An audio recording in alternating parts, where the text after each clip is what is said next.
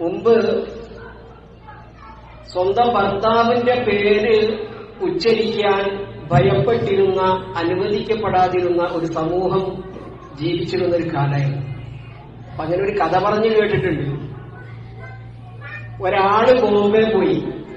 ബോംബെയിൽ ജോലിക്ക് പോയതാണ്. ദിവസങ്ങളൊക്കെ കഴിഞ്ഞതിന് ശേഷം അയാള് മണി ഓർഡർ അയച്ചു പൈസ. അങ്ങനെ പോസ്റ്റ്മാൻ തന്റെ വീട്ടിലേക്ക് കൊണ്ടുവന്നു. കാശ് കൊടുക്കാൻ വേണ്ടി ചെന്നു. അങ്ങനെ ഭാര്യയെ വിളിച്ചു, സൈനബയെ വിളിച്ചു. സൈനബയോട് നിനക്ക് ആരാണ് കാശ് അയക്കാനുള്ളതെന്ന് ചോദിച്ചപ്പോ സൈനബ പറഞ്ഞത് മൂപ്പരെന്നാണ്. അങ്ങനെ നിർബന്ധിച്ച് ഈ പോസ്റ്റ്മാന്റെ പേര് കിട്ടണമല്ലോ. അങ്ങനെ അവസാനം നിർബന്ധിച്ച് എത്ര ചോദിച്ചിട്ടും മൂപ്പര് അല്ലെങ്കിൽ ഇക്കായി എന്നല്ലാതെ വേറൊന്നും ഈ പെണ്ണ് പറയുന്നില്ല. അവസാനം ഈ പോസ്റ്റ്മാൻ പറഞ്ഞ് ഞാൻ പോവാണ്, പേര് പറയുകയാണെങ്കിൽ കാശ് ഞാൻ തരാം. അവസാനം ഈ പെണ്ണ് ചെയ്തൊരു പണി എന്താണെന്നറിയോ? പേര് പറയാൻ പറ്റൂലല്ലോ, ഭർത്താവിന്റെ പേര് ഉച്ചരിക്കാൻ പറ്റൂലല്ലോ. അപ്പൊ എന്ത് ചെയ്തെന്നറിയോ? 50 കൂട്ടിയാൽ എത്ര കിട്ടുമോ അയിമൽ നിങ്ങൾ ദീൻ കൂട്ടി വെക്കുകയും. എങ്ങനെയുണ്ട്? 50 കൂട്ടിയാൽ എത്ര കിട്ടുക? 100. ആ 100 മേൽക്കൊരു ദീൻ കൂട്ടിയാൽ എന്താ വരിക? 100 ദീൻ. മൂപ്പർ അങ്ങനെ വായിച്ച് പൈസ കൊടുക്കുന്ന. അപ്പൊ അങ്ങനെ ഉണ്ടായിരുന്ന ഒരു സമൂഹത്തെ, അത്രയും അജ്ഞതയിൽ ജീവിച്ചിരുന്ന ഒരു സമൂഹത്തെ മലയാള ഭാഷ ആര്യനെടുത്താണ് അത് പഠിക്കൽ ഇസ്ലാമിൽ തെറ്റാണ് എന്ന് പഠിപ്പിച്ചിരുന്ന ഒരു സമൂഹത്തെ വിദ്യാഭ്യാസത്തിന്റെ പ്രസക്തി എത്രയാണ് എന്ന് പറഞ്ഞറിയിക്കുന്നതിന് വേണ്ടി സർ സയ്യിദ് അഹമ്മദ് ഖാൻ, നമുക്കറിയാം, ആദ്യമായി നമുക്കൊരു വിദ്യാഭ്യാസ സ്ഥാപനം തുടങ്ങുന്നതിന് വേണ്ടി പിരിവെടുക്കാൻ വേണ്ടി ആ സ്ഥാപനം ബിൽഡിംഗ് നിർമ്മിക്കാൻ വേണ്ടി പിരിവെടുക്കാൻ ചെന്നപ്പോ ഒരു പെണ്ണ് ചോദിച്ച് തറക്കല്ലിടാൻ നിനക്ക് കുറച്ച് മണ്ണല്ല വേണ്ടതെന്ന് ചോദിച്ചിട്ട് കുറച്ച് മണ്ണെടുത്തിട്ട് ആ മണ്ണ് ഇന്ന് പിടിച്ചോ എന്ന് പറഞ്ഞു കൊടുത്തപ്പോ സർ സയ്യിദ് അഹമ്മദ് ഖാൻ എന്ത് ചെയ്യുന്നറിയാം? തന്റെ മടിശീല കാട്ടിക്കൊടുക്കുന്ന ബഹുമാനത്തോടു കൂടി ആ മണ്ണ് വളരെ ആദരവോടുകൂടി വാങ്ങിയിട്ട് അതിൽ നിന്ന് ഒരു തരിയും നഷ്ടപ്പെടുത്താതെ അത് തറക്കല്ലിടുന്ന സമയത്ത് ആദ്യം ആ മണ്ണാണ് ഇട്ടതെന്നാ. അപ്പൊ അത്രത്തോളം വിദ്യാഭ്യാസത്തോടും പുരോഗമനത്തോടും എന്ന് വേണ്ട ഇസ്ലാമിലെ ഏതേത് വിഷയങ്ങളുണ്ടോ ആ വിഷയങ്ങളോടൊക്കെ പുറംതിരിഞ്ഞു നിന്നിരുന്ന ഒരു സമൂഹത്തെ നിങ്ങൾ അങ്ങനെയല്ല സഞ്ചരിക്കേണ്ടത്, നിങ്ങൾ സഞ്ചരിക്കേണ്ട വഴി ഇതാണെന്ന് പറഞ്ഞ് കാട്ടിക്കൊടുത്തു. അങ്ങനെ കൈപിടിച്ചു കൊണ്ടുവന്ന ഒരു സമൂഹം എത്രത്തോളം കഷ്ടപ്പെട്ടിട്ടെന്ന് അറിയോ? നമ്മുടെ പണ്ഡിതന്മാര്, മഹാനായ നമ്മുടെ പ്രസ്ഥാനത്തിന്റെ ഒരു പണ്ഡിതൻ കോഴിക്കോട് നിന്ന് റെയിൽവേ സ്റ്റേഷന്റെ പാലം ഇറങ്ങി വരുമ്പോ തൗഹീദ് പറഞ്ഞു, ശിർക്കും ബിദ്അത്തും എന്താണ് എന്ന് വിശദീകരിച്ചു കൊടുത്തു എന്നതിന്റെ പേരിൽ മാത്രം ഒരു ബക്കറ്റിൽ മുഴുവനും മലം കലക്കി നിറച്ചു വെച്ചിട്ട് അത് തന്റെ ശരീരത്തിലേക്ക് ഒഴിച്ചു കൊടുത്തു. പത്രത്തോളം പീഡനങ്ങൾ സഹിച്ച് അല്ലാഹുവിന്റെ യഥാർത്ഥ ആശയം, റസൂലുള്ള നമ്മൾ പഠിപ്പിച്ച ആശയം ഏതാണോ ഈ ആശയം ഈ സമൂഹത്തെ ഉദ്ധരിച്ചു കൊടുത്തു. അന്ന് വസൂരിയുണ്ടായ സമയത്ത് അന്ന് അല്ലാഹുവിനെ അല്ലായിരുന്നു വിളിച്ചത്. പിന്നെയോ ദണ്ണം വബാവ സൂരിയും മറ്റുള്ള രോഗമടങ്കലും ബദിരീങ്ങളെ ബറിക്കത്തിനാൽ ശിഫയാക്കണം യാ റബ്ബന. അല്ലാഹുവിനോട് ചോദിക്കുന്നതിന് പകരം ബദിരീങ്ങളെ വിളിച്ചു പ്രാർത്ഥിക്കുന്ന ഒരു സമൂഹമായിരുന്നു. ആ സമൂഹത്തെ കൈപിടിച്ചാനയിച്ച് ഇന്ന് വരുന്ന ഈ വിദ്യാഭ്യാസത്തിന്റെ പുരോഗതിയിലേക്കും എന്നുവേണ്ട സകലമാന വിജയങ്ങളിലേക്കും എത്തിച്ച മഹൽ പ്രസ്ഥാനം, ആ പ്രസ്ഥാനത്തിന്റെ ഒരൊറ്റ പ്രവർത്തനം കൊണ്ടാണ് മദ്രസ എന്ന പ്രസ്ഥാനത്തെ എതിർത്തിരുന്ന ഒരു പ്രസ്ഥാനം അറിവാണ്ടൻ ഇബ്നു തീമിയ മുൻകാലം വലാലത്തിന്റെ വിത്തുപാലിയ കോലം മദ്രസ തുടങ്ങിയപ്പോ മദ്രസയുടെ അവലിലെ മീമ ജഹന്നമിന്റെ ആഖിറിലെ മീമ, പഠിക്കല്ല, മദ്രസയിൽ പോകല്ല, അല്ലേ? അത്തരം ഒരു സമൂഹത്തെ ശിർക്കിൽ നിന്നും ബിദ്അത്തിൽ നിന്നും കൈപിടിച്ചു കൊണ്ടുവന്നത് എങ്ങനെയാ? മരിച്ചുപോയ മഹാത്മാക്കളുടെ കബറിങ്കലേക്ക് ഓടുകയാണ് ഒരു സമൂഹം. എന്തിന്? തന്റെ വിഷമങ്ങളും പ്രയാസങ്ങളും പറയാൻ, അല്ലേ? ആ ഒരു സമൂഹത്തെ നിങ്ങൾ പ്രാർത്ഥിക്കേണ്ടത്, നിങ്ങൾ ചോദിക്കേണ്ടത് സാക്ഷാൽ എന്നെയും നിങ്ങളെയും സൃഷ്ടിച്ച റബ്ബിനോടാണെന്ന് പറഞ്ഞാൽ അന്ന് അടിയായിരുന്നു. ആ ഒരു സമൂഹം അല്ലാഹുവിന്റെ റസൂല് വേദനിച്ച് പ്രയാസപ്പെട്ട് തായിഫിലേക്ക് ചെന്നു, എന്തെങ്കിലും സംരക്ഷണം ലഭിക്കുമെന്ന് പ്രതീക്ഷിച്ചുകൊണ്ട്. പക്ഷേ അവിടെ നിന്നും തെരുവ് പിള്ളാരെ കൊണ്ട് എറിഞ്ഞോടിച്ചു റസൂലുള്ളയെ, അല്ലേ? ആ മഹാനായ പ്രവാചകനോട് ജിബ്രീൽ അലൈഹിസ്സലാത്തു വസ്സലാം വന്നിട്ട് ചോദിച്ചു, നബിയെ, അങ്ങയുടെ അനുമതിയുണ്ടെങ്കിൽ ഈ ഭൂമിയെ നാം കീഴ്മേൽ മറിക്കാമെന്ന് പറഞ്ഞിട്ട് വേണ്ട, അവർ വിവരമില്ലാത്തവരാണ്, അവരുടെ വിവരക്കേട് കൊണ്ടാണ്. അതുകൊണ്ട് തന്റെ റബ്ബിനോട് വിവരം വെച്ച് കിട്ടാൻ വേണ്ടി പ്രാർത്ഥിക്കുകയും ചെയ്ത മഹാനായ പ്രവാചകൻ സല്ലല്ലാഹു അലൈഹി വസല്ലം. സഹോദരന്മാരെ, വൽ അസ്ർ ഇന്നൽ ഇൻസാന ലഫീ ഖുസ്ർ. വൽ അസ്ർ, കാലം തന്നെയാണ് സത്യം. ഇന്നൽ ഇൻസാന ലഫീ ഖുസ്ർ, നിശ്ചയമായും മനുഷ്യന്മാരെല്ലാം നഷ്ടത്തിലാണ്. ഇല്ലല്ലദീന ആമനു, അതിൽ വിശ്വസിച്ചവര് പെടൂലട്ടോ. എന്നിട്ടോ വഅമിലു സ്വാലിഹാത്ത്, സൽക്കർമ്മങ്ങൾ ചെയ്തവരും ഒഴികെ. ഞാനുകളൊക്കെ ചെയ്യാറില്ലേ? വിശ്വാസമുണ്ട്, ഇല്ലേ? നിസ്കരിക്കാറുണ്ട്, നോമ്പ് നോൽക്കാറുണ്ട്, സകാത്ത് കൊടുക്കാറുണ്ട്, ഇല്ലേ? പാവപ്പെട്ടവനെ സഹായിക്കാറുണ്ട്, എല്ലാ കാര്യങ്ങളും ഒത്താൻ ഹജ്ജ് ചെയ്യുന്നുണ്ട്, എല്ലാം ചെയ്യുന്നുണ്ട്. പക്ഷേ വതവാസൗ ബിൽ ഹഖ് വതവാസൗ ബിസ്സബ്ർ, അവിടെയോ ക്ഷമ കൊണ്ടും സത്യം കൊണ്ടും പരസ്പരം ഉപദേശിക്കുകയും ചെയ്യുന്നവർ ഒഴികെ.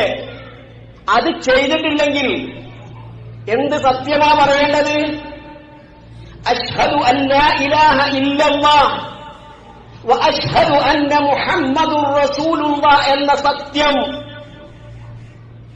അത് ഈ സമൂഹത്തോട് എന്റെ കൂട്ടുകാരൻ തെറ്റു പ്രവർത്തിക്കുകയാണെങ്കിൽ, മഖ്ബറയിലേക്ക് പോകുന്നുണ്ടെങ്കിൽ അവനോട് പോകരുതെന്ന് പറയാൻ. എന്നാൽ ഞാനും നീയും നിങ്ങളുമോ? അതെന്തിനാണ് അവനോട് ഇഷ്ടക്കേട് വാങ്ങുന്നതില്ലേ? അവന്റെ പ്രയാസങ്ങൾ നമ്മളെന്തിനാണ്, അല്ലേ?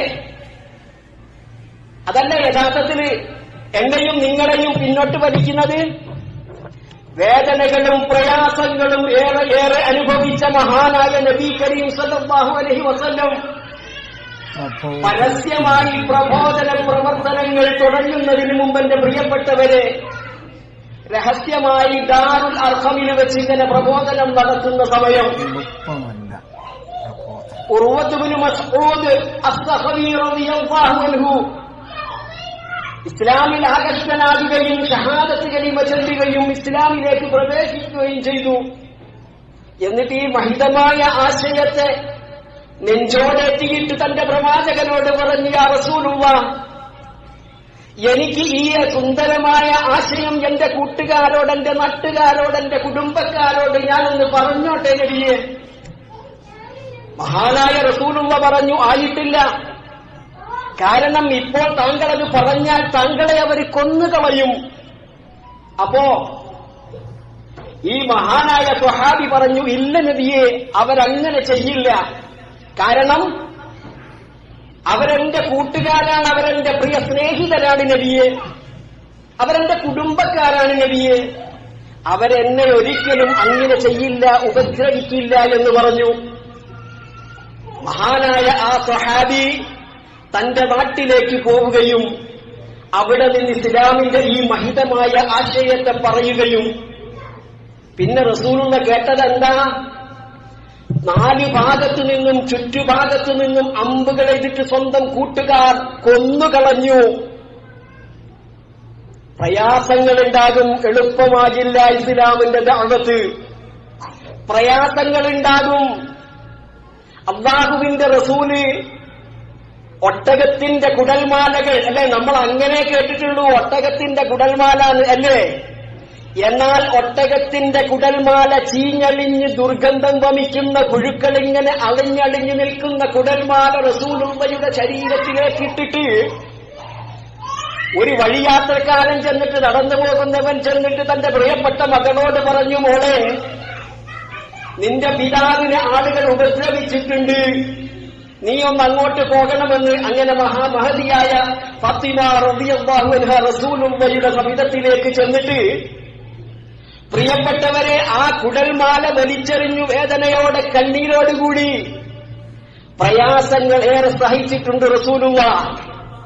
ഉപരോധം ഏർപ്പെടുത്തിയിട്ട് കുടുംബസമേതം പോയി മാറി നിന്നിട്ട് പച്ച പുല്ല് തിന്ന് ആ പുല്ലും കഴിഞ്ഞിട്ട് തങ്ങൾ ധരിച്ച ചെരുപ്പുകളിൽ നിന്നുള്ള തോല് കൊണ്ട് ആ തോല് കൊണ്ടുണ്ടാക്കിയ ചെരുപ്പിന്റെ കഷ്ണങ്ങളെടുത്ത് അത് ചുട്ടെടുത്തിട്ട് ഭക്ഷണം കഴിച്ച് ജീവിച്ചിരുന്ന ഒരവസ്ഥയിലേക്ക് എത്തിയിരുന്നു ഞാനും നിങ്ങളുമോ. എത്ര സൗഭാഗ്യത്തിലാ! ഈ സൗഭാഗ്യത്തിലൊക്കെ ജീവിച്ചിട്ടും എന്റെ കൂട്ടുകാരൻ എന്നോട് ദേഷ്യം പിടിക്കരുത്, അവൻ മുഖം കറുക്കരുത് എന്ന് വിചാരിച്ചിട്ട് താൻ മനസ്സിലാക്കിയ തന്റെ ആശയം തുറന്നു പറയാൻ ഭയപ്പെടുന്ന ഞാനും നിങ്ങളും പ്രബോധന മേഖലയിലെ നമ്മുടെ ദൗത്യം നിർവഹിക്കുന്നവരാണോ? നമ്മൾ ആലോചിക്കണ്ടേ? ഓരോ സമയങ്ങളിലും ആലോചിക്കണ്ടേ? പ്രിയപ്പെട്ടവരെ, ഈ സമൂഹം അന്ന് ഗണ്ണംബബാബ സൂരിയും എന്ന പട്ടുപാടി നടന്നിരുന്നെങ്കിൽ ഇന്നതിനെ ആധുനികവൽക്കരിച്ച് ഇന്നത്തെ പുതിയ തലമുറയ്ക്ക് ഏത് രീതിയിലാ കൊടുക്കുന്നത്? അമിൻ തദക്കുരിഹി റാനിൻ ബിദി സലമി മദദിതദം അൻജറ നിമുഖലതിൻ ബിദമി. ബുർദ ലേ, ദീസലമിന്റെ അങ്ങേയറ്റത്ത് നിൽക്കുന്ന അയൽക്കാരിയെ ഓർത്തിട്ടാണോ നിന്റെ കണ്ണുനീർ വാർക്കുന്നതെന്ന് ബൂസൂരി എഴുതിയ ആ കവിത അത് പാടി ഈ സമൂഹം ജീവിച്ചു. അള്ളാഹുവിന്റെ വിശുദ്ധ ഖുർആനോടുള്ള സമീപനം പുറകെട്ടാൻ വന്ന രാമനോട് പറഞ്ഞു, രാമ, ആ തട്ടും പുറത്തുണ്ട് മുസ്ലിം, എനിക്കൊന്നുമില്ല, ഇഞ്ഞതൊന്നും എടുത്താൽ. അത്രത്തോളം ഖുർആനിനെ അകറ്റി നിർത്തിയിരുന്ന ഒരു സമൂഹം. ഉസ്താദ് നിൽക്കുക, കുട്ടികൾ ഇരിക്കുക. അതുകൊണ്ട് ഉസ്താദിനോടുള്ള അനാദരവായി പോകുമെന്ന് പറഞ്ഞ് മദ്രസയെ വിലക്കിയിരുന്ന സമൂഹം. പോരാ, ചോക്ക് എടുത്തിട്ട് നമ്മൾ ആ ചോക്ക് ബോർഡിൽ ഇങ്ങനെ ഖുർആൻ അക്ഷരങ്ങൾ എഴുതുമ്പോ അതിൽ നിന്ന് പൊടി കൊഴിഞ്ഞിട്ട് താഴോട്ട് കൊഴിഞ്ഞ് അതിലേക്ക് നമ്മൾ ചവിട്ടൂലേ? അങ്ങനെ ചവിട്ടിയാൽ അത് ഖുർആനോടുള്ള അനാദരവാകൂലേ? അങ്ങനെയുള്ള ഖുർആൻ തുറക്കാൻ തയ്യാറാവാത്ത ഒരു സമൂഹം. പാപ്പ മരിച്ചു കിടക്കുമ്പോഴാണ് ലിയുൻദിറ മൻ കാന ഹയ്യൻ. എങ്ങനെ? ലിയുൻദിറ മൻ കാന ഹയ്യൻ. ഇത് ജീവിച്ചിരിക്കുന്നവർക്കുള്ള മുന്നറിയിപ്പാണ് കേട്ടോ വാപ്പാണ്. 10-65 വയസ്സ് കാലം ജീവിച്ച ഈ വാപ്പ ജീവിതത്തിൽ ഒരിക്കൽ പോലും എന്റെ പ്രിയപ്പെട്ടവരെ ഈ ഖുർആൻ തൊട്ടു നോക്കിയിട്ടില്ല. എവിടെയായിരുന്നു ഈ സമൂഹം? മാല എന്റെ വീട്ടിൽ നിന്റെ വാപ്പയും മാലയില്ല, അങ്ങനെ ഞാൻ മാല മേടിച്ച്. നബീസത്ത് മാല അല്ലേ എന്റെ വീട്ടിലൊക്കെ? നിന്റെ ഉമ്മയും അതുപോലെ തന്നെ എന്റെ ഈ ചാപ്പന്റെ ഭാര്യയൊക്കെ പ്രസവിച്ച വീട്ടിൽ നിന്നാ. അങ്ങനെ വിവാദപ്പെടുത്ത് കഴിഞ്ഞില്ലല്ലോ. എന്തെങ്കിലും പരിപാടി പള്ളിയിലെ മൊല്ലാക്കനെ വിളിക്കൂ, അല്ലെങ്കിൽ നിന്റെ വാപ്പ ഉണ്ടെങ്കിൽ വാപ്പ. എന്നിട്ട് ബിസിയും ഹന്തും സലാത്തും വിണ്ടരിയിൽ പിന്നെ വിളിനെ വീസത്തുമാല ഞാൻ തുടങ്ങിയിടുന്നേ. ഒന്നുകിൽ പ്രസവിക്കും, അല്ലെങ്കിൽ മരണം.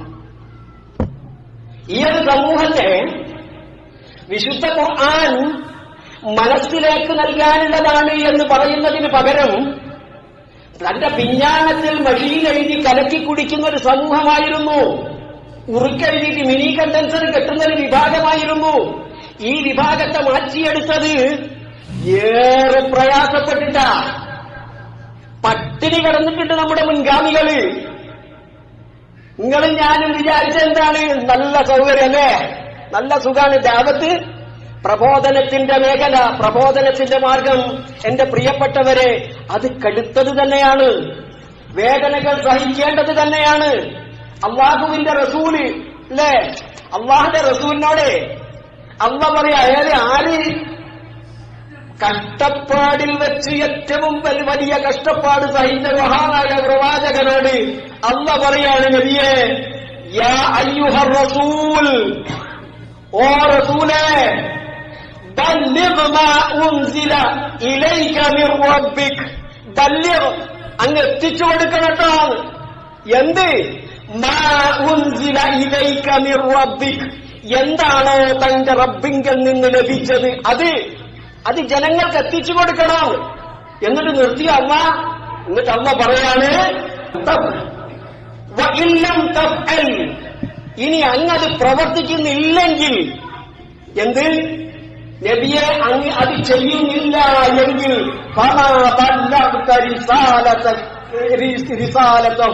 നബിയെ അങ്ങ് ആ പ്രബോധനം അത് എത്തിച്ചു കൊടുത്തിട്ടില്ലട്ടോ. ആരോട്? ഒരു സഹാബി മഹാനായ പ്രവാചകൻ സല്ലല്ലാഹു അലൈഹി വസല്ലമയെ ഭക്ഷണത്തിന് ക്ഷണിച്ചപ്പോ ആ വീട്ടിലെത്തിയിട്ട് ആ വീട്ടിൽ നിന്ന് നല്ല വിഭവ സമൃദ്ധമായ ഭക്ഷണം കഴിച്ചുകൊണ്ടിരിക്കുമ്പോ അല്ലാഹുവിന്റെ റസൂല് പറഞ്ഞു, എനിക്കൊരു പാത്രം തരുമോ? എന്തിന്? 3 ദിവസമല്ല, 3 മാസക്കാലമായി എന്റെ പ്രിയപ്പെട്ട മകൾ ഇങ്ങനെയൊരു ഭക്ഷണം കണ്ടിട്ട്. അങ്ങനെയുള്ള പ്രവാചകൻ ആ റസൂലിനോട് അല്ലാഹ് പറയാണ്, നബിയെ താങ്കളെങ്ങാനും ഈ ഉത്ബോധനം, ഈ പ്രബോധനം അത് ഈ സമൂഹത്തിന് അങ്ങ് എത്തിക്കുന്നില്ലെങ്കിൽ, അങ്ങയുടെ കർമ്മം ചെയ്യുന്നില്ലെങ്കിൽ, നബിയെ അങ്ങയുടെ റിസാലത്ത് പൂർത്തീകരിച്ചവനാകൂല കേട്ടോ.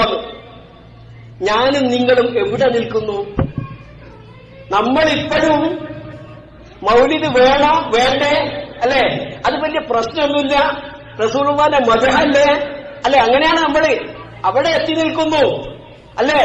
റസൂലുള്ളാഹിയെ കുറിച്ചുള്ള അതൊക്കെ നമ്മൾ അറിഞ്ഞൊന്നു ഒരു ഒഴുക്കം മട്ടിൽ പോകണ്ടേ എന്ന അവസ്ഥയാണ്. എന്നാൽ ആ മൗലിദ് ആരാണ് ഉണ്ടാക്കിയത്? മൗലിദ് കഴിക്കൽ മുമ്പ് പതിവില്ലാത്തതാ. അത് ഹിജ്റ 300 ശേഷം വന്നതാ. ശൈഖുബ്നു ദഹിയ്യത്ത് മൗലിദൊന്നു രചിക്കലായി. അതുകണ്ട രാജൻ ഏറ്റവും സന്തോഷമായി. ആര്? മുളഫർ രാജാവ്, മലിക്കുൽ മുളഫർ. ധീരനായൊരു രാജന, ഇർബൽ ഭരിച്ചവരാണ് വന്തർനിഷ്ഠരാ. ഈ മൗലിദ് എഴുതിയാക്ക് പിന്നെ സമ്മാനമായി പൊന്നായിരം നൽകുന്നതാ. അതെ, ഭക്ഷണങ്ങൾ ഉണ്ടാക്കി തന്റെ ഭരണം നിലനിർത്താൻ വേണ്ടി ചെയ്തൊരു തന്ത്രം. പ്രിയപ്പെട്ടവരെ, അതിൽ